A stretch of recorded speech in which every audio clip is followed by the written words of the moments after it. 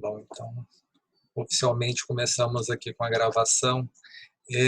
Eu desabilitei o áudio de todo mundo para que a gente não tenha nenhuma intercorrência ao longo da minha fala, mas eu gostaria de pedir que todos anotassem, caso tivessem alguma dúvida, precisassem de algum esclarecimento, ou quisessem fazer algum comentário, alguma sugestão, que anotasse, para a gente fazer como geralmente a gente faz numa palestra aqui ao vivo, né? Eu sei que a live tem essa questão da interatividade e tal, mas eu vou tentar seguir um pouco mais um formato mais tradicional. Peço licença a vocês hoje para isso. E aí a gente anota as sugestões, as dúvidas, os comentários e a gente deixa para o final, que eu vou reservar um espaço no final de tempo para que eu possa tirar dúvidas de todos vocês, tá bom? E aí é isso. E aí ao final a gente pode conversar um pouco melhor, tá? Caso seja alguma coisa realmente assim muito urgente de comentário ou pergunta, algum problema de conexão, alguma dificuldade que vocês tiverem assim que realmente mereça uma atenção mais rápida, vocês podem falar comigo através do chat, tá? Vocês ficam aí à vontade para poder mandar mensagem, como a Jaqueline que mandou um boa tarde, né? E aí vocês ficam à vontade para poder colocar suas mensagens ali, tá bom? Muito bem, então hoje nós temos aí nos próximos minutos a oportunidade de conversar um pouquinho sobre meditação e mindfulness, né? Pensando diálogos que são possíveis com a Gestalt terapia. E a, a fala hoje ela vai abranger alguns pontos que são importantes desses temas, né? Eu pretendo deixar mais clara a conceituação, né, do que é mindfulness, do que é meditação. Vou me arriscar aqui também para falar um pouquinho da Gestalt terapia, né, o que a gente entende por Gestalt terapia e como que tudo isso pode ser pensado junto no nosso trabalho clínico. E também eu vou dar algumas indicações aqui para vocês a respeito de benefícios, né, dessas práticas, tanto para o cliente quanto para o profissional, alguns cuidados que a gente deve tomar, né, enfim. E dependendo como ficar o meu tempo de exposição, eu estou vendo que tem alguns queridos aqui que já me conhecem há algum tempo, sabe que eu me empolgo de vez em quando e falo mais do que devia, fico prolixo quando eu empolgo e prometo que eu vou me vigiar para não ficar muito prolixo com alguns pontos, mas eu espero que tudo dê certo aqui como eu estou planejando para que ao final a gente possa fazer uma prática um pouco mais longa, além de espaço para poder tirar dúvidas de vocês, né? E de qualquer forma também eu queria começar hoje com uma prática, né? Eu acho que isso daí é um ponto importante, né? Então, primeira coisa que eu queria é que a gente tivesse a oportunidade de voltar a atenção para a gente mesmo, né? E ver como é que a gente está chegando aqui, tá? Então, eu vou fazer um convite para vocês para um breve experimento, uns 2 minutinhos mais ou menos, né? Não é 2 minutos cravado no relógio, não, mais ou menos os 2 minutos. Estou com um relógio aqui para eu me orientar, mas eu também vou me propor esse experimento, eu vou fazer junto com vocês. Então, espero que dê certo aí a minha contagem de tempo, né? Como é que a gente vai fazer? Eu vou tocar um sino para a gente iniciar o nosso tempo de silêncio, e aí eu convido vocês a acompanharem a respiração de vocês, prestarem atenção na respiração de vocês, no corpo, para vocês verem como é que vocês estão agora. Então, eu vou tocar o sino, a gente começa a fazer esse experimento, e aí quando acabar o tempo dos 2 minutos, eu vou tocar um sino novamente. Tá bom? Então vamos lá, pessoal? Começando?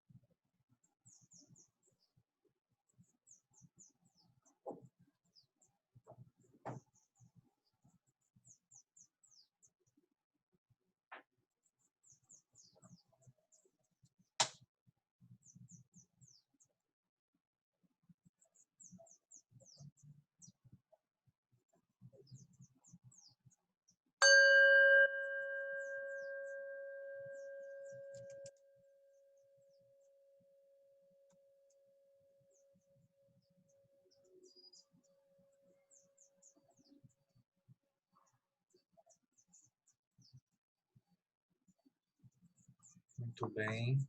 Retornando a nossa atenção aqui para a nossa conversa. Espero que todos tenham conseguido entrar em contato consigo mesmo, consigo mesma.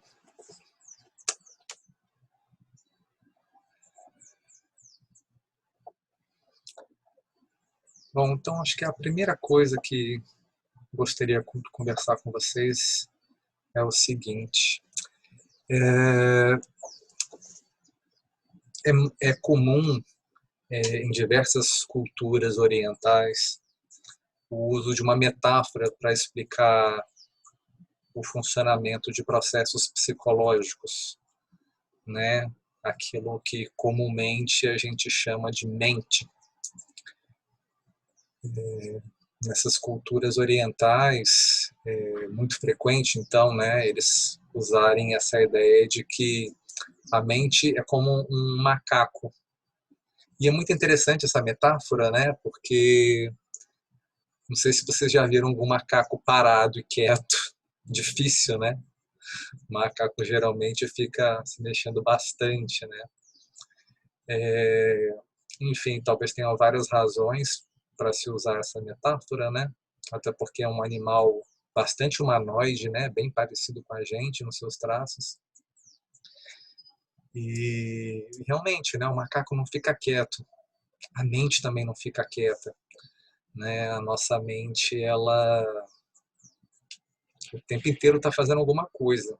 E esse é o papel da nossa mente, né?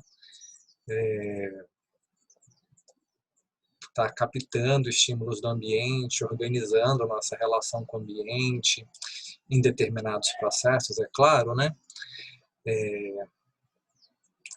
E talvez uma das primeiras perguntas que as pessoas ou se façam ou façam para o seu instrutor de mindfulness ou de meditação é como é que eles vão fazer essas práticas, né?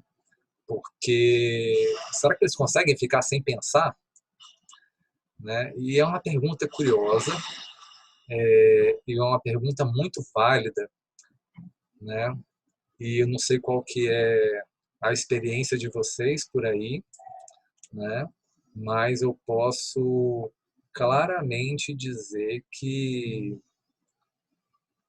com certeza, vocês não vão conseguir ficar sem pensar, né? Não tem como ficar, né, sem pensar. A gente sempre está pensando, não tem como interromper o pensamento, né? A questão é o tanto que a gente pensa, como que a gente pensa, como que acontece isso, né? E como é que fica a nossa experiência, né? Na relação com o mundo e conosco mesmo. E essas várias culturas orientais desenvolveram tecnologias para que tentasse de alguma forma direcionar um pouco melhor esse macaco, né? Para que as pessoas pudessem ter mais saúde, para que pudessem ter mais qualidade de vida. Só que é muito curioso, por um outro lado, né, se a gente for pensar em como que a gente lida com o nosso macaco, é que, ultimamente, nosso macaco ele talvez está sendo treinado de uma maneira muito diferente do que diversos pensadores né, e profissionais da área de saúde nessas culturas pensavam, né? Porque o nosso macaco, se a gente puder fazer uma revisão pessoal, né, está sendo bastante mal treinado. É muito comum a gente estar fazendo várias tarefas ao mesmo tempo, né, dividindo a nossa atenção. A gente sabe que a nossa cultura tem um mito de multitarefa, que talvez seja uma das primeiras contribuições da psicologia científica, né? Lá com Maslow ainda no século XIX, né? descobri que a gente não é multitarefa. Na verdade, a gente tem acesso a bem poucas informações a cada momento, né? A nossa capacidade de focar a atenção em computar é bem reduzida. Então, o nosso organismo ele filtra muitas informações do ambiente. A gente acaba tendo que negar, né, de que rejeitar boa parte das informações que estão disponíveis no ambiente. E, na verdade, a vida cotidiana mais contemporânea, né, mais atual, a gente está fazendo um treinamento inverso, né, ao invés de filtrar as informações, a gente tenta se colocar exposto e engajar, se relacionar com mais informações, o que é claramente um erro, né? Então, metade para o final do século passado, a gente vê que profissionais da área de saúde, cientistas, né, pesquisadores ocidentais, começaram a se interessar mais, até porque o interesse já é bem antigo, né, mas começaram a se interessar mais pelas técnicas, pelas teorias que esses pensadores orientais já vêm desenvolvendo e aprimorando nos últimos 2.500, 3.000, talvez 5.000 anos. E a gente vê claramente que esse movimento que nós temos, né, das escolas de mindfulness, tem ganhado corpo, né? Claramente a gente vê aí um aumento substancial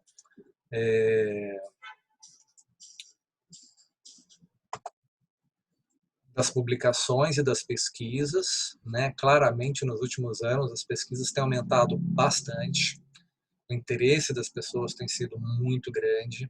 A gente vê mindfulness, né, aplicado nos cenários mais diversos, para as populações mais diferentes, né? Mindfulness aplicado com crianças em escola, em empresas, em prisões, né? Eu mesmo já supervisionei estágio, né, no qual a gente tinha treinamento de mindfulness, tanto em escola quanto em presídio.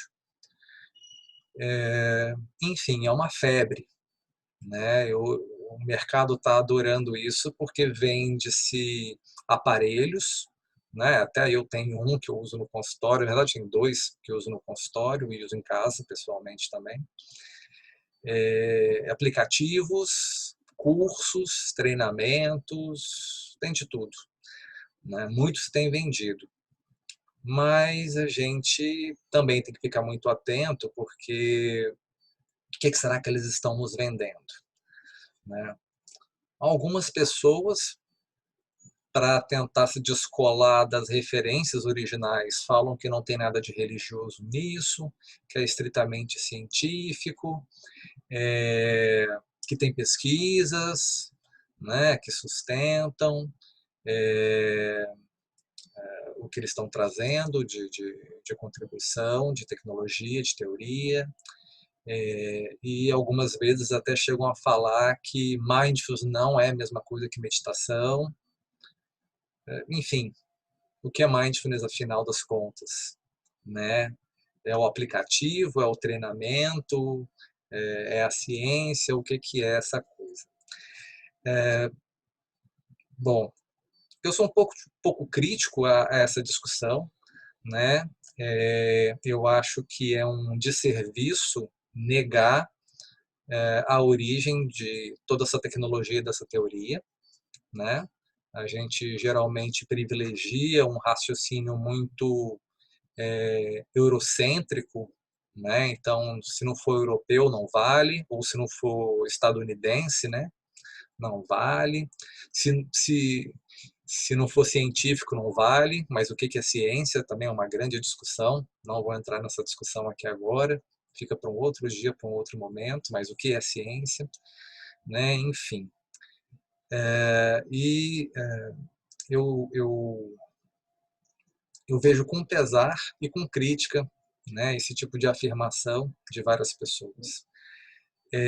Talvez tenta se dar um nome bonito em inglês para alguma coisa que é muito antigo, né? E discordo daqueles que dizem que meditação não é mindfulness e mindfulness não é meditação. Talvez o primeiro engano que aconteça aí, né, é porque algumas pessoas elas associam mindfulness e meditação, primeiramente, a práticas formais, né, que são práticas sentadas, em qual você adota uma determinada postura, talvez feche os olhos, ou fique com os olhos semicerrados, né, em silêncio e tal. E isso é meditação, e isso pode ser mindfulness, né? Mas eu acredito muito na ideia de que meditação e mindfulness não é só isso. Não é só prática formal e não é só ficar sentado, né? Na verdade, depois que a gente sai da prática formal e sentada, se a gente estiver fazendo ela, né, a gente tem que continuar o nosso dia todo em mindfulness, né, e em meditação, né? Precisamos acolher essa atitude, essa disposição, essa forma de se relacionar com uma atenção plena, com uma determinada colocação da nossa concentração, do nosso esforço, tudo isso de maneira adequada, com um bom discernimento, né? E não só quando ficamos sentados. Então, entendo isso de uma maneira um pouco mais ampliada. É claro que, tanto entre os clássicos, como também entre os mais contemporâneos, né, é indiscutível, né, essa noção de que a gente vai estar aí mudando, né, a maneira de se relacionar com as coisas, uma vez que a gente sai de um padrão relacional com o mundo, com a natureza, conosco mesmo, que sair de um padrão que é um padrão muito de fazer, né, um padrão fazedor, de que tem que mudar as coisas, que tem que tentar controlar, para um jeito de se posicionar que é ser, estar ali, né? Ou como diria talvez alguns filósofos mais próximos da gente no tempo, né? Alguns contemporâneos e aí europeus, mas isso já é discutido para outros autores muito anteriormente, em outros lugares, é ser aí, né? Ser com o mundo, ser agora, ou aqui agora, como a gente diz na Gestalt terapia. Então, é mudar esse jeito, né, de ficar o tempo inteiro indo para o passado, indo para o futuro, se colocando em outros cenários, julgando, planejando, comparando, para ficar agora, presente, acolhendo o que está acontecendo, né?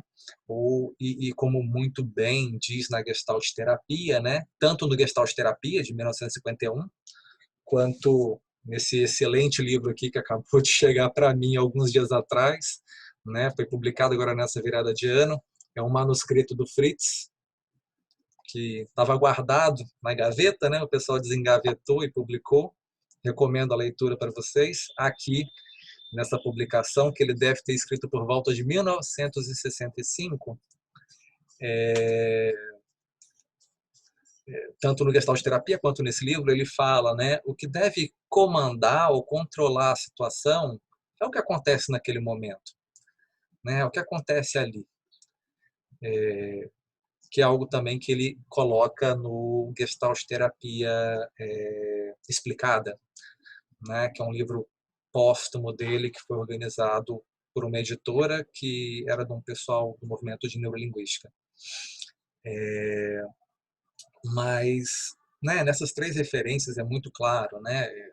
Gestalt terapia, ela é voltada para estar agora. Então, aquilo que acontece é que deve, né, aquilo que acontece ali naquele momento deve ser produzido pelos elementos que estão postos naquele momento. Então, é nessa mesma tocada que a gente deveria estar pensando essa ideia de mindfulness, de meditação, né? Não só a prática sentada, mas que a gente, né, responde, não automaticamente, mas de maneira intencional, aquilo que está posto num determinado momento. E aí a gente poderia identificar algumas atitudes muito básicas diante disso, né?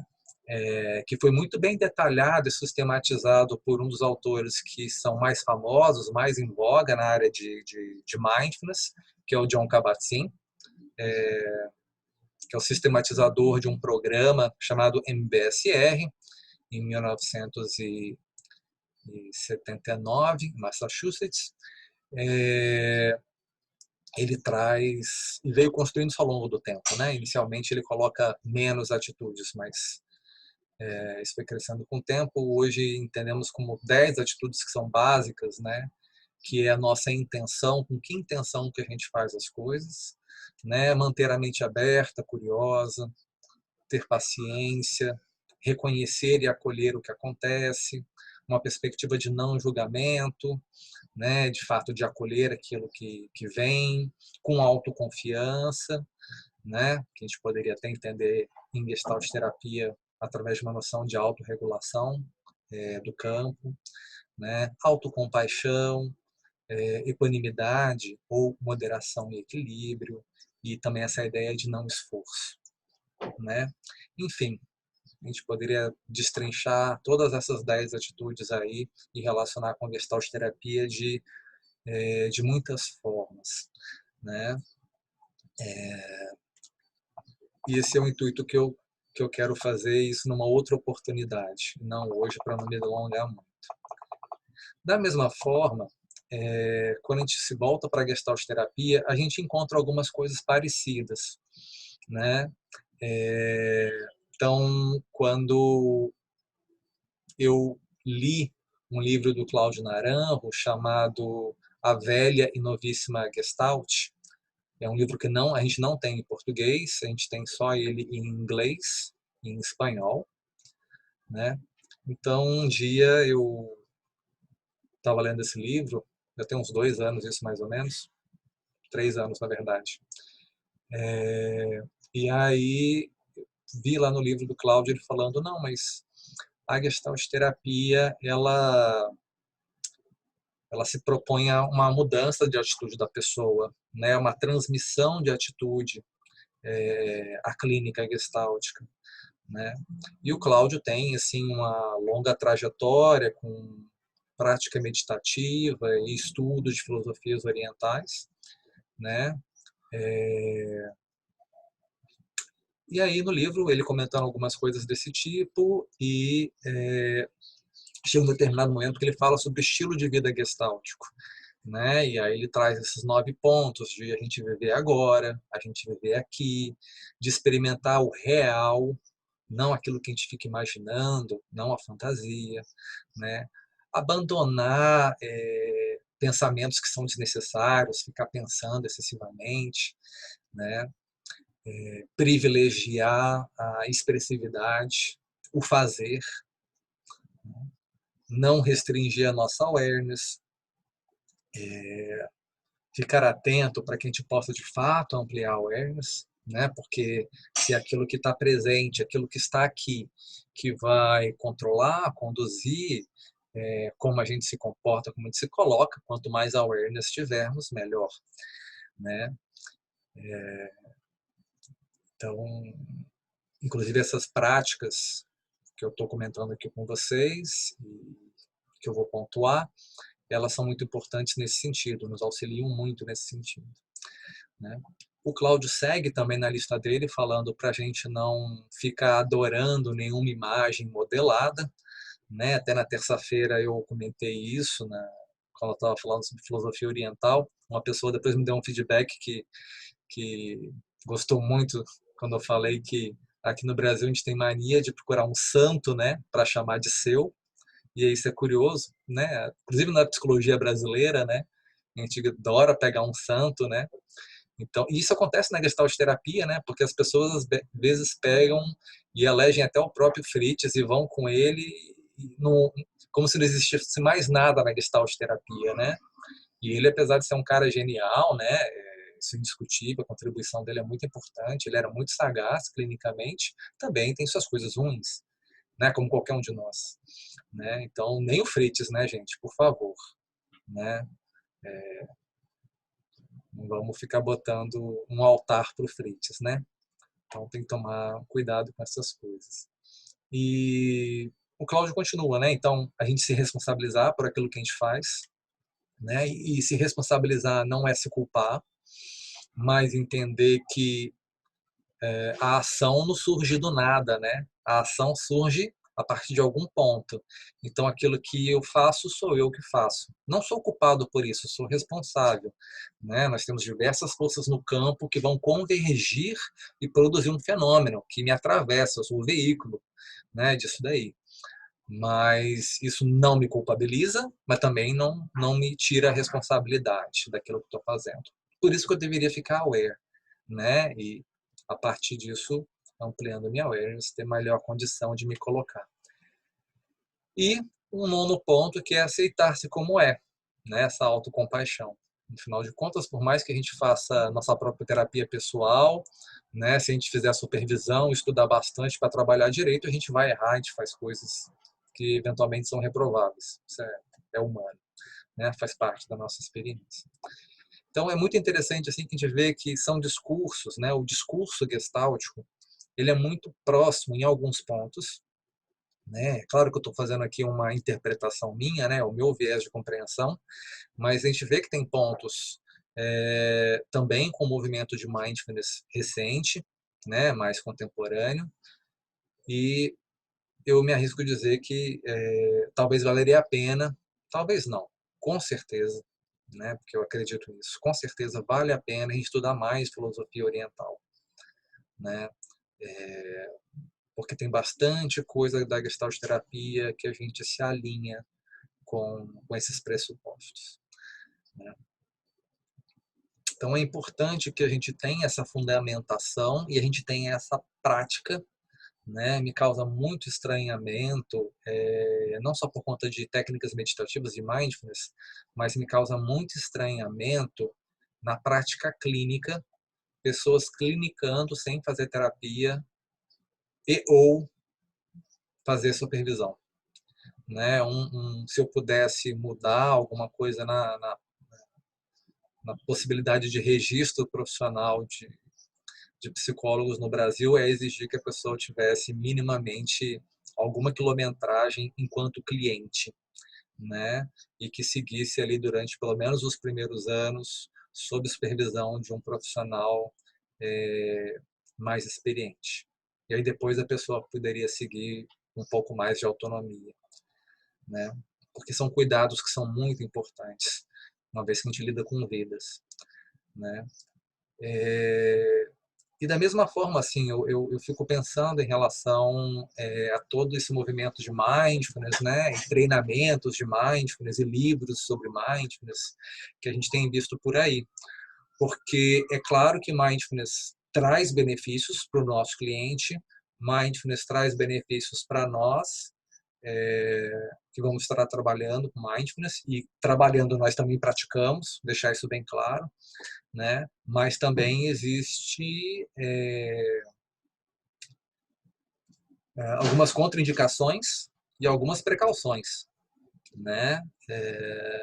E eu já vi publicações de profissionais, né, que se dizem instrutores de mindfulness e de meditação, dizendo que não há nenhuma contraindicação, que todo mundo indiscriminadamente pode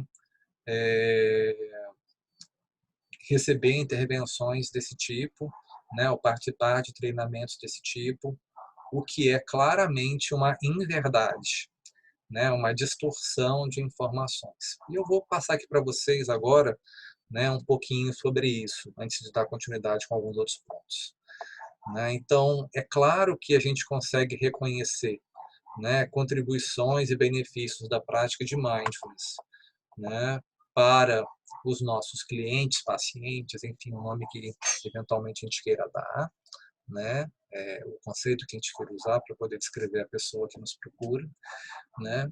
A gente já tem diversas pesquisas que apontam uma melhora de qualidade de vida, de percepção de felicidade, né, com pacientes que têm quadros crônicos de dor, né, em tratamentos prolongados e difíceis. Então, existe aí um tanto de evidência, não vou ficar aqui citando fonte agora, mas, enfim, isso com uma pesquisa muito simples no Google Acadêmico vocês conseguem encontrar, né, diversas pesquisas mostrando que existem benefícios muito claros em relação a controle de dores, né. A gente tem observado também algumas pesquisas apontando melhora da nossa capacidade imunológica. Talvez rapidamente, se eu pudesse citar dois mecanismos que estão envolvidos nisso. Um é que a gente diminui a nossa linha basal de estresse, né? E ao fazer isso, né, ter menos cortisol circulando no nosso organismo, a gente consegue ter melhor funcionamento do sistema imunológico, né? Uma vez que um organismo estressado, ele tem alterações, prejuízos na sua capacidade imunológica, né? Esse é um ponto. E um segundo ponto é que se a gente está mais aware, a gente tem melhor capacidade de atuação, né? De lançar ações na nossa relação com o ambiente, né? À nossa volta, com esse campo ecológico mais imediato. Então, o sistema imunológico, que também é uma ação, né? Que a gente dirige para o ambiente, também vai estar funcionando melhor.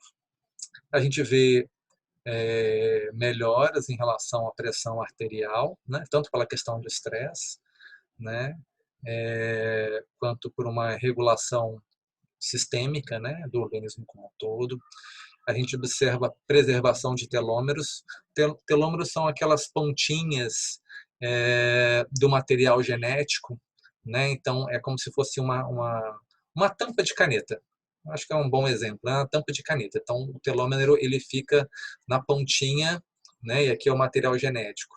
Então ele preserva todo o material genético que está inscrito dali em diante, né? Então, se você tem uma preservação da pontinha, você tem uma preservação do material genético e você incorre em menos riscos de ação de oxidantes, né? E alteração desse material genético de forma que isso possa ter uma mutação importante, incorrer em tumor, em câncer, alguma coisa do tipo, né? Então, já temos aí alguns estudos mostrando que a gente tem uma preservação genética que é interessante, além de coisas também que são mais voltadas para a nossa área especificamente, né, como estabilização do humor. Então, a gente começa a trabalhar numa faixa de humor, né, mais estreitinha, evitando picos de alegria, euforia e de tristeza, depressão. Então, a gente vai trabalhando numa banda mais confortável, evitando, né, grandes arroubos, tanto para o positivo quanto para o negativo. É um erro a gente imaginar que pensamentos negativos são ruins, né? Pensamentos negativos talvez sejam importantes, que a gente não deixa precavido. Claro que demais é nocivo, claro. Pensamentos positivos são bons, né, gente? Claro que não, porque se você estiver eufórico, achando que tudo está lindo, você vai fazer um monte de decisão, né? Um monte de escolha aí que não é adequada. Então, pensamento positivo também não é, né? Não é assim tão bom por outro lado. Então, a ideia é que essas práticas possibilitem que a gente trabalhe numa faixa um pouco mais curtinha de oscilação do humor, que é a mais adequada, de fato, para a nossa relação com o ambiente, né?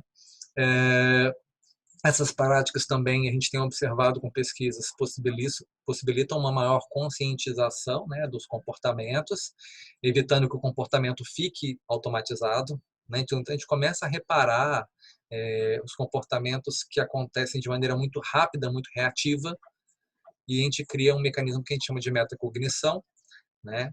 É como se a gente criasse uma capacidade de observador, de contemplador de nós mesmos. É como se a gente tivesse a capacidade de dar um passo atrás ou dois passos atrás e ver como que a gente está se mobilizando e lançando mão de ações, né? Isso é muito interessante, né? A gente ampliar a awareness, né? Entender como que o organismo pega aqueles estímulos, aquelas sensações e vai formando figuras que são as percepções, como que a gente coloca um tom de afeto, como que a gente puxa de memórias, né? Para poder compreender o que está acontecendo, como que o organismo se mobiliza, como que é essa questão de deliberar, né, como diz lá no Gestalt Terapia, em 1951, né, essa alienação e identificação de possibilidades, né, como que é essa deliberação, qual que é essa escolha das alternativas de ação, poder acompanhar a ação sendo lançada, nossa interação com o ambiente, enfim,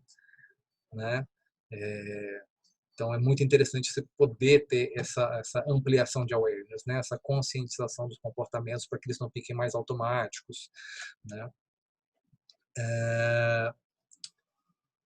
A gente também tem algumas pesquisas, né, que falam sobre uma mudança de percepção, né, por conta da pessoa já não estar mais reativa, né, dela prestar mais atenção no que está acontecendo.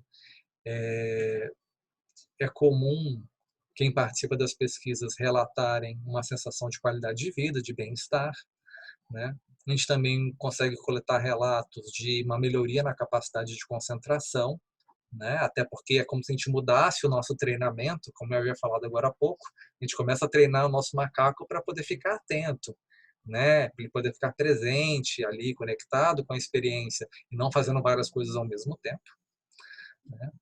E a gente também observa em alguns participantes de treinamentos dessas pesquisas uma melhoria de empatia, o que é interessante, né? Porque quando a gente fala de awareness, de ajustamento do campo e tudo mais, a gente não está falando do organismo de maneira isolada, né? A gente vive em comunhão com outras pessoas, né? A gente se relaciona com outras pessoas em sociedade, a gente se relaciona, na verdade, com toda a natureza, né? Então, pessoas que praticam, né, tanto de maneira formal quanto informal, elas têm uma maior tendência a desenvolver empatia, né, um cuidado social mais ampliado, se tornam mais socialmente responsáveis, conscientes, tendem a isso, né? Uma visão ecológica diferenciada, enfim, claramente a gente vê que há mudanças nesse sentido. Agora, né, como é que ficaria nós, profissionais, né? Como é que mudaria a nossa atuação profissional?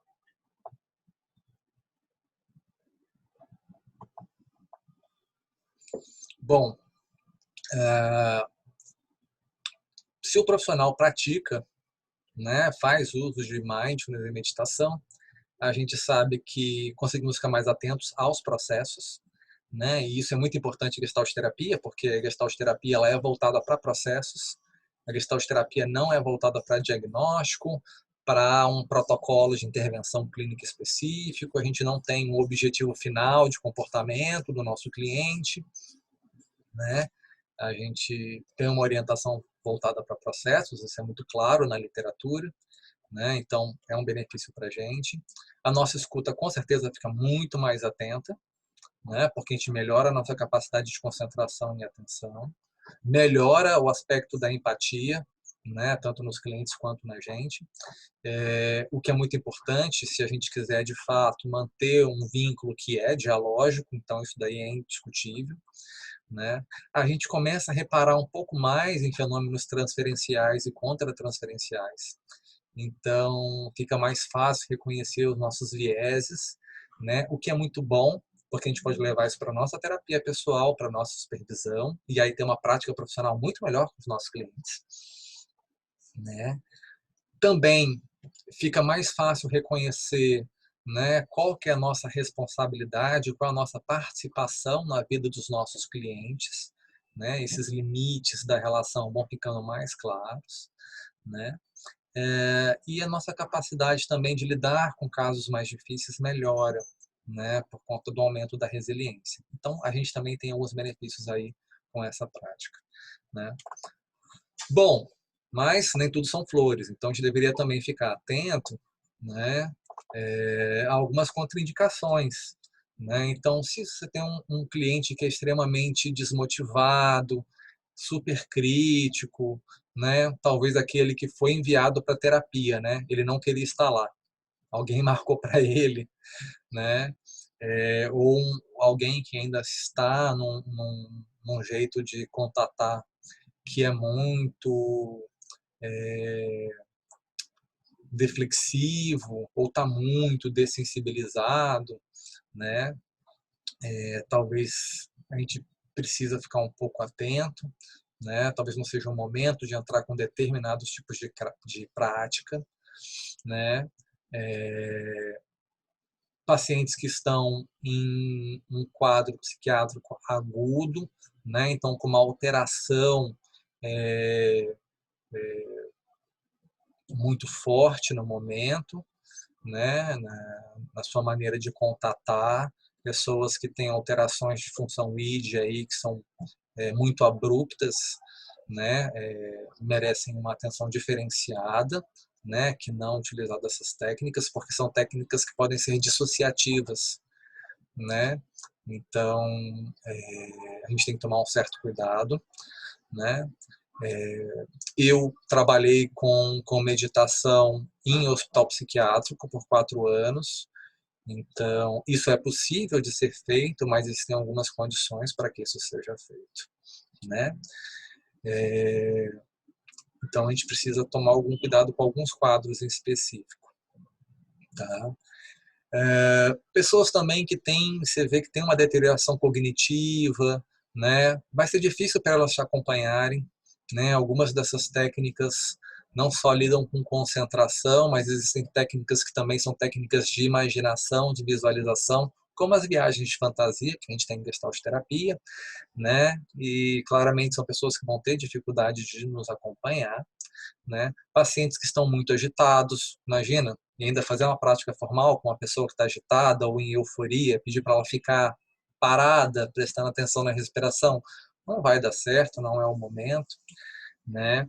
Pacientes que estão com quadros epiléticos, né, também merecem uma atenção específica, né, porque essas práticas meditativas e de mindfulness, as práticas formais principalmente, elas estimulam a neuroplasticidade, então a gente observa, tem várias pesquisas com exame de imagem, né, que mostram isso, a gente tem alteração anatômica e funcional no cérebro, né? Então é preciso um certo cuidado com pessoas com diagnóstico de epilepsia, até com quadros menores de tremor, né? Essencial, talvez mereça uma certa atenção e um acompanhamento mais próximo junto com o médico também, para evitar que exista uma piora no quadro, né? E pessoas que estão muito medicadas, né? Pessoas muito medicadas vão ter alteração da atenção, da cognição, da volição, enfim,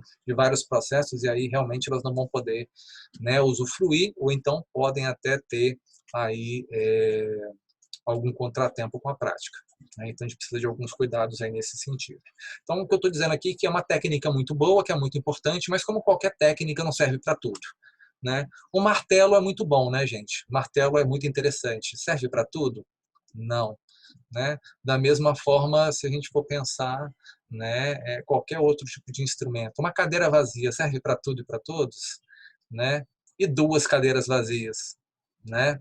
Fazer a técnica com duas cadeiras e não só com uma, é para tudo e para todos, né? Desenho é para tudo e para todos em qualquer momento. Meditação, mindfulness igualmente, né? Então a gente precisa ficar um pouco atento aí com algumas coisas, né? A gente sabe também que pessoas, enquanto elas estão praticando, elas podem ter experiências de ansiedade, de angústia, confusão e desorientação, né? Uma ideação de grandiosidade, de narcisismo, algo do tipo, nossa, agora estou iluminado, né? Sou diferente dos outros. A própria prática formal, se for uma prática mais longa, pode gerar desconforto físico, às vezes dor, né, por conta de alguma articulação na posição que a pessoa fica, né? Pode ter alteração da pressão arterial, né? Inclusive para mais, né, ter uma hipertensão, porque enquanto ele dá prática, talvez a pessoa tenha acesso a algumas memórias que são muito estressoras, né? Então, pode ser que ela tenha um pico de pressão arterial, né? É muito comum também observarmos que pessoas que praticam mindfulness no início da prática, se não é uma prática supervisionada e não é uma prática continuada, né, as pessoas ficam um pouco mais críticas, né? Porque como elas vão ficando mais sensíveis aos estímulos do ambiente, pode ser que elas fiquem críticas em relação aos outros, né? Então isso precisa de um acompanhamento mais de perto, pode levar elas a um isolamento social, o que não é adequado, né? Então existem vários cuidados que são importantes. E também tem um ponto que é interessante, né? Eu me lembro do Freud falando, né, que ele era contra meditação, porque as pessoas poderiam gostar de ficar ali imersos, né, naquela coisa de um certo religare, né, sagrado, de ficarem ali imersos nessa sensação oceânica, né? Mas é claro que essas práticas não têm esse objetivo, né? A gente não pode meditar para evitar os problemas do mundo, né? Até porque a gente continua aqui vivo, temos que trabalhar, temos que comer, temos que fazer nossa higiene, relacionar com as pessoas, né? Enfim, então a gente não pode tentar ficar evitando o mundo, né? Esquivar das coisas e ficar em meditação o tempo inteiro. É uma péssima ideia, né? Então, assim, esses são pontos que vão aparecer na nossa prática clínica, tanto na prática individual quanto em treinamentos com grupos, e que a gente tem que ficar muito atento, né? Porque se a gente não souber fazer o manejo dessas coisas quando aparecerem, a gente vai estar fazendo um desserviço para as pessoas que nos procuram, né? Elas vão ter aí um prejuízo que é importante. Muito bem, mas e aí, onde é que entra a Gestalt terapia nisso, então? Né? Bom, a gente sabe que a Gestalt terapia, né? A Gestalt terapia, ela tem algumas raízes que são muito claras, né? Tem diversas influências ali no Fritz, né? O Fritz recebe diversas influências, mas se a gente for pegando ali o Fritz, o Paul Goodman, né? Pegar a Laura, o grupo do Sete como um todo, né?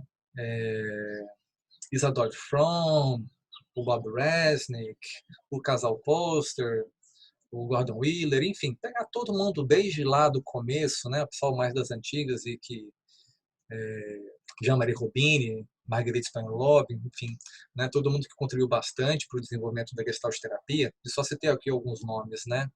Não dá para citar todos. Se a gente pega todos esses autores, a gente vai observar que de todas aquelas influências que a gente observa lá no começo, né, 3 pontos sustentam a Gestalt terapia contemporânea muito claramente, né? 3 pontos são pontos assim, pontos pacíficos, se eu poderia dizer, né, na compreensão dos autores, que são pontos que sustentam a Gestalt terapia. Um deles é a teoria de campo, né? Um segundo é o existencialismo, mas não o existencialismo sartreano, e sim um existencialismo buberiano, né, dialógico, e a fenomenologia.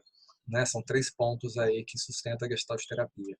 Só que, muito curiosamente, eu acredito que talvez por conta de um certo enviesamento nosso, né, mais eurocêntrico, como eu havia falado, a gente acaba se esquecendo de outras raízes, né? Porque quando a gente lê a literatura desses autores mais originais, a gente lê Paul Goodman, lê Fritz, né, lê o nosso PHG, o Gestalt Terapia, de 1951, a gente encontra menções a filosofias orientais, né? E em Gestalt terapia a gente sabe que é bem claramente que nós temos influências de taoísmo e de zen budismo, né? Temos raízes fincadas ali também. E isso aparece nas entrelinhas, aparece na lógica do texto, na explicação teórica, e em alguns momentos a gente tem citação direta, né, dessas duas tradições. Então, além dos 3 pontos, e 3 pontos já são suficientes para sustentar um plano, né? Eu acrescentaria aí 2 pontos, né, que é o Zen budismo e o taoísmo, que são muito importantes também para o raciocínio da Gestalt terapia, né? A gente vê muito claramente que o modelo teórico gestáltico, se eu posso generalizá-lo, né, como um modelo de campo dialógico, ele tem influências aí que são muito importantes, né, também das filosofias orientais. Muito claramente a gente consegue observar isso quando a gente fala de que os fenômenos são produzidos no campo, né, que é muito parecido com a noção oriental de originação interdependente, né, essa noção de vazio fértil, é,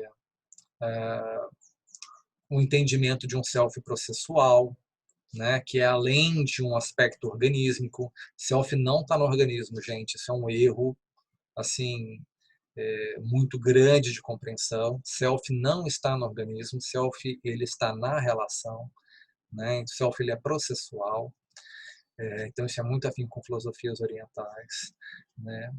E a necessidade de ampliação de uma certa consciência, né, que é intencional, né, o exercício desse vínculo com o contínuo de awareness, né, então isso também aí faz parte de um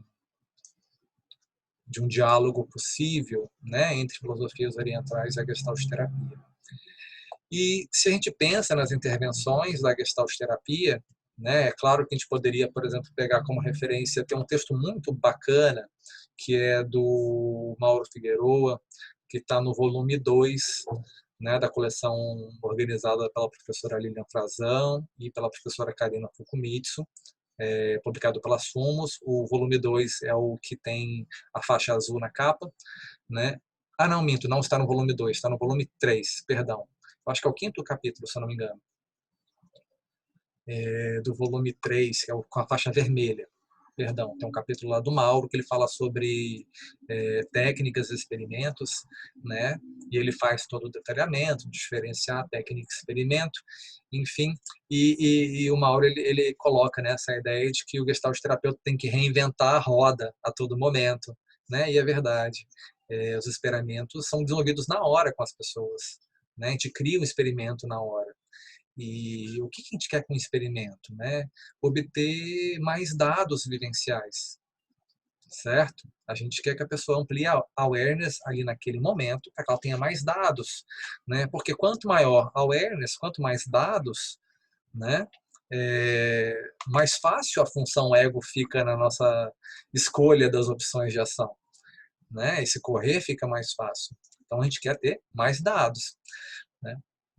E é muito claro que a prática meditativa enquanto um experimento, né, nos possibilita ter essa ampliação de awareness, né, nos permite saber mais da gente, saber mais do mundo, saber mais da relação que a gente está tendo com o mundo, não só naquele exato momento da prática, mas no sentido mais ampliado, né, da recuperação da nossa história de vida e dos nossos ideais, né, daquilo que a gente se propõe. Bom, e é claro, né, como havia falado, quanto mais awareness, mais possibilidades a gente tem. Agora, uma coisa que eu acho que é interessante na Gestalt terapia e que é um ganho que a gente tem, né, é a ideia de que a Gestalt terapia ela se propõe experimental e experiencial, né? Talvez esse seja aí um diferencial da Gestalt terapia, né? Como bem colocado por Irving e Miriam Poster, né? Se a gente for prezar, né, por um manejo que é lógico, né, a pessoa pode contra-argumentar com a gente, porque é uma imposição de uma fenomenologia sobre a outra, né? Seria a imposição da fenomenologia do terapeuta com o seu cliente, né? Como algumas vezes a gente vê a imposição da fenomenologia da sociedade com seus referenciais culturais para com a pessoa, né? Existe uma violência nisso, né? E é óbvio que essa lógica, né? Pode ser refutada, ela pode ser combatida, porque a minha fenomenologia é diferente da sua, né? São experiências distintas. Então, o ponto central da Gestalt terapia é a experiência, né? E as práticas meditativas, elas se prezam a isso, elas se voltam a isso, a experiência da pessoa, aquela experiência imediata, né? Como ela está vivendo aquilo ali naquele momento. Né? E a gente observa que, com o tempo e as práticas, né, a gente muda a maneira como a gente experiencia aquilo que está posto para a gente. Existe uma passagem do Zen Budismo que fala que é interessante, né, que tem a ver com isso, que fala assim, quando eu comecei a praticar, né, as montanhas eram montanhas, o céu era o céu, as árvores eram as árvores, e depois que eu comecei a praticar, o céu já não era mais o céu, as árvores não eram mais as árvores, as montanhas não eram mais as montanhas. E aí eu continuei praticando. E aí, de novo, o céu voltou a ser o céu, as árvores voltaram a ser as árvores e a montanha voltou a ser a montanha, né? E isso é uma metáfora muito bonita para mostrar como é que é o processo de prática de mindfulness, de meditação, né? A gente muda a nossa relação com as coisas por conta dessa ampliação de awareness, né? E é muito bonito poder ver isso no nosso cliente, né? Seja isso acontecendo por práticas formais ou por práticas informais, e existem as práticas mais diversas, né? Bom, nas práticas formais a gente tem algumas recomendações que são muito claras, né, em relação à postura do corpo, né? Mindfulness ou meditação você pode praticar formalmente, deitado, sentado, em pé, andando, mas o importante é que você tenha uma postura que não é só uma postura do corpo, mas uma postura enquanto atitude, né? Uma coisa digna, uma certa coisa cerimoniosa, né? Um vínculo com aquela prática. Não pode ser feito de maneira descompromissada, né? Mas independente de se a gente faça andando, deitado, sentado, para cada uma dessas possibilidades mais formais existe uma postura que é mais adequada, né? É importante que a gente fique atento ao nosso corpo, porque a gente não pode nem relaxar muito, nem ficar muito tenso, né? E aí os estudiosos ao longo dos séculos desenvolveram várias técnicas possíveis para isso, né? Como você ficar atento, né? E não ficar nem tão não tão relaxado e nem tão tenso, né? Então mindfulness não é para relaxar, o objetivo não é esse, né? É claro que a respiração pode ser utilizada como uma âncora importante, né? Uma vez que é um mecanismo que nos acompanha ao longo de toda a nossa vida, né? Além de vários aspectos metafóricos que a gente pode se relacionar com a respiração, né? E lembrar que pensamentos e emoções eles vão aparecer, né? Então a gente pode estar ali, talvez numa prática formal, com uma intenção muito boa e aparecerem coisas na nossa mente, né? Pensamentos, emoções, a gente pode ter sensações corporais e a gente vai se desconectar. Eventualmente o macaco vai se mexer. A questão é a gente se dar conta que a gente está se mexendo, né? E retomar o nosso foco, retomar o nosso vínculo, né? Qual a nossa disposição, qual que é a nossa intenção ali. Eu me lembro uma vez eu estava fazendo um treinamento, né? Não estava ministrando, eu fui fazer o treinamento, foi inclusive no mosteiro aqui em Ibiraçu, né? Aqui perto de Vitória, onde eu moro, um mosteiro zen budista. E aí um rapaz ele falou assim: Fábio, você senta aí, nem mexe. Como é que você aguenta ficar sentado, né? E era um treinamento de 7 dias, uma semana inteira. E aí várias vezes por dia a gente sentava para formalmente, né? Fazer ali a prática. E ele, mas você não mexe? Aí eu falei com ele, e é uma verdade, né? Falei, você nem sabe aonde que eu mexo, né? Brincando. E não pela questão física, porque realmente eu estava paradinho, né? Tirando o movimento da respiração da minha funcionalidade fisiológica, né? Mas às vezes pensava um monte de coisa e eu parado ali, sem mexer, nenhuma ruga, né, olhando para a parede, mas pensando e sentindo coisas, né? Então isso vai acontecer, né?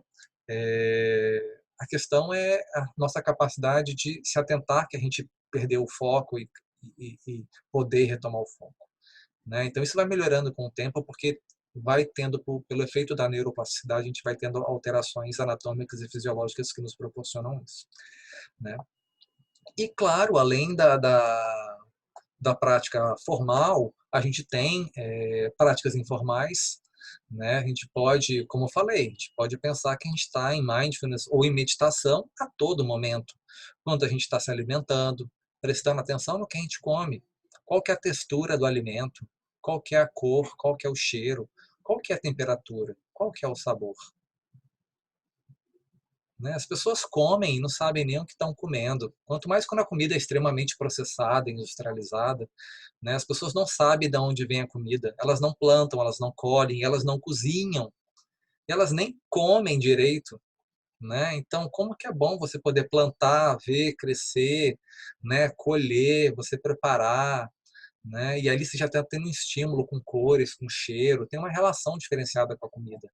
E mesmo se você não tem oportunidade disso, né? Mas no momento que você senta para comer, né? E poder comer e sentir a textura da comida, é crocante, é mole, tá frio, tá quente, qual que é o sabor, enfim, né? Tá presente ali no que você faz, né? A gente pode imaginar essa extensão até para a nossa higiene pessoal, né? Escovando o dente, tomando banho.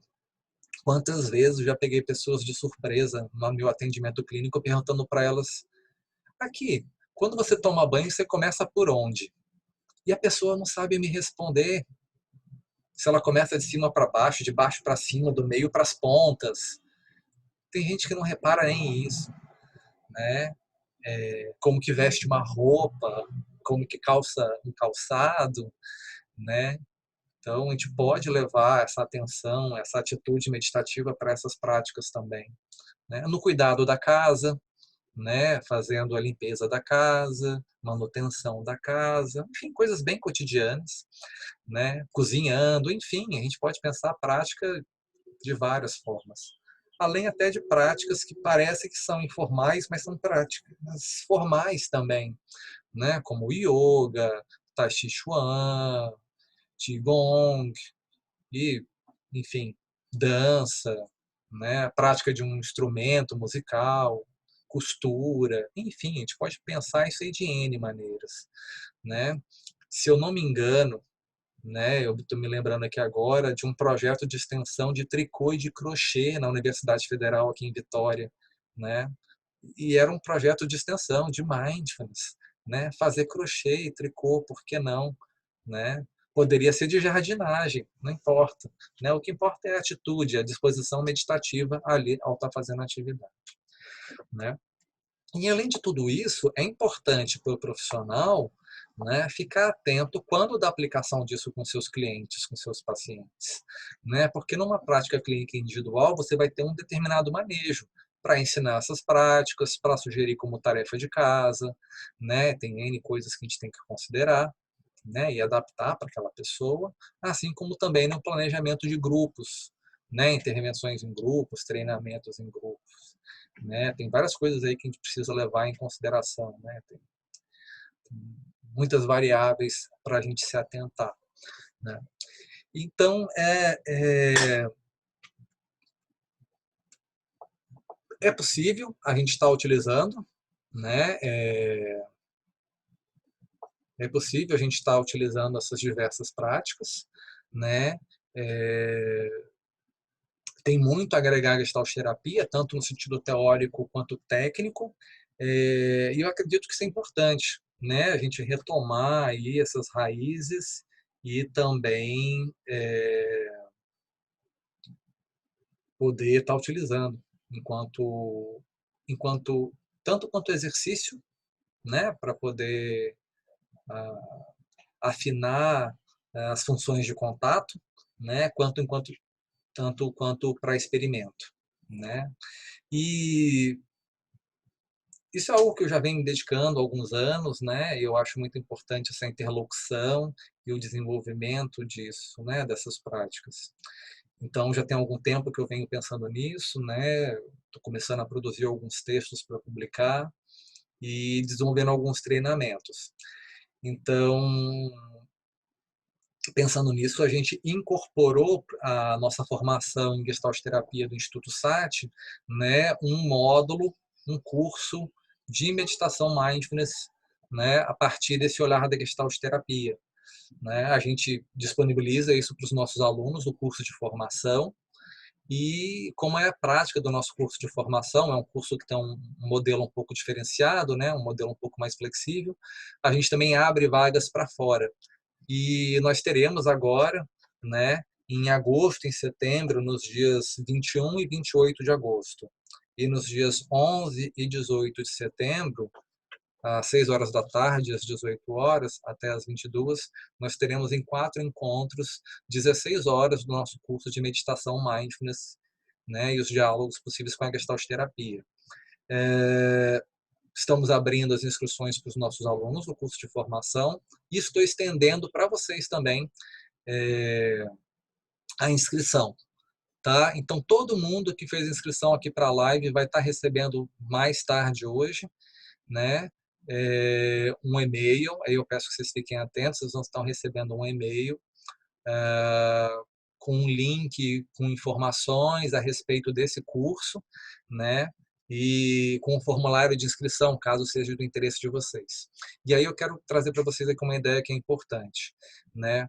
Esses cursos de 16 horas, né, esses módulos de 16 horas do SAT, eles geralmente têm um investimento de R$ 450, tá?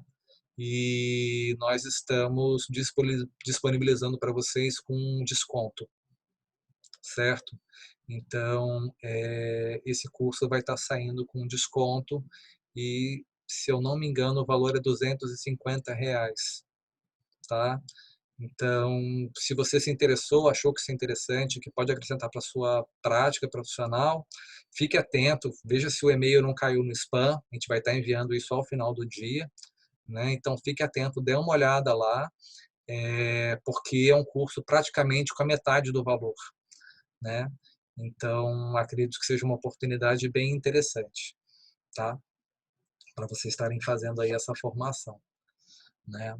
E espero que seja algo muito recompensador e frutífero para a prática de vocês, tanto pessoal quanto para a prática profissional de vocês, tá certo? Mas eu acho que é isso, né? Queria agradecer muito a atenção de todos, vocês estarem aqui acompanhando até agora. E queria abrir para tirar alguma dúvida, algum comentário, se vocês quiserem, escreve aqui no chat, por favor, né? O que eu posso ajudar? Nós temos aqui, eu sei que oficialmente a gente tem aí mais uns 2 minutos, mas eu posso me estender um pouquinho, né? Eu vou atender daqui a pouco, mas eu consigo me estender mais um pouquinho e tirar eventualmente alguma dúvida de vocês, né? Não sei se eu posso ajudar em alguma coisa por agora, tá? E eu vou fazer o seguinte, até para dar uma ajuda, né? Vou mandar mais tarde o e-mail, mas eu vou mandar aqui para vocês o link também. Então segura um pouquinho que eu vou mandar o link aqui no chat. Se alguém quiser já dar uma olhada, só um minuto que eu já mando para vocês. Eu não sou muito bom com essas coisas de promoção, de publicidade, não. Peço desculpa aí para isso. Não é bem a minha praia, não. Eu gosto de fazer clínica e de dar aula, né? Não sou muito bom como garoto propaganda. Deixa eu achar aqui o link. Muito bem, já estou copiando. Vou mandar aqui no chat para vocês, né? Se alguém quiser dar uma olhada. Mas vou estar também, vou estar mandando por e-mail para vocês, tá bom? Então segue aqui no chat, eu já mandei um link. Acho que deve estar aparecendo para vocês por aí agora, né? E ali tem um formulário com todas as informações, o conteúdo programático, com as datas, né? E com o valor de pagamento. Ah, perdão, eu tinha falado do 250, né? Na verdade 240, tá bom? Então, 240. Se você for associado da ABG, é um pouquinho mais barato ainda, R$ 220. Então, se você faz parte da Associação Brasileira da Abordagem Gestáltica, mais barato um pouquinho, R$ 220. Esse custo geralmente é 450, né? É, mas, enfim, a gente está fazendo uma condição especial aí para vocês nesse momento. Bom, mas é isso. Alguém tem alguma dúvida, quer perguntar alguma coisa, né? Posso ajudar com alguma coisa assim, de última hora, antes de irmos? Acho que ainda é tempo. Caso vocês tenham gostado, queiram compartilhar com os amigos, daqui a pouco eu espero que a gravação esteja funcionando tudo direitinho.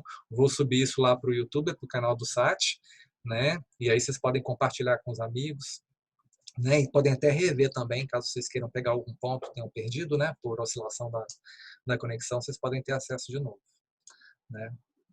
Muito bom.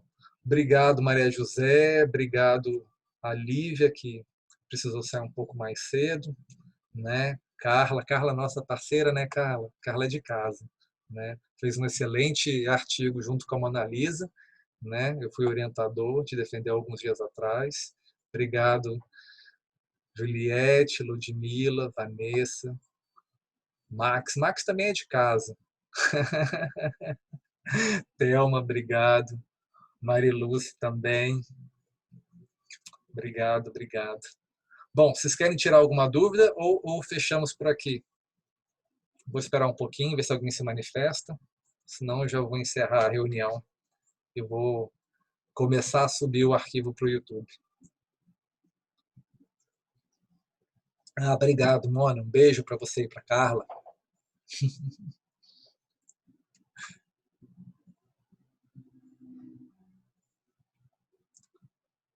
Bom, ninguém perguntando nada, então acho que é isso, né? Muito obrigado a todos, né? Obrigado por vocês estarem aqui, né, comigo nesse momento.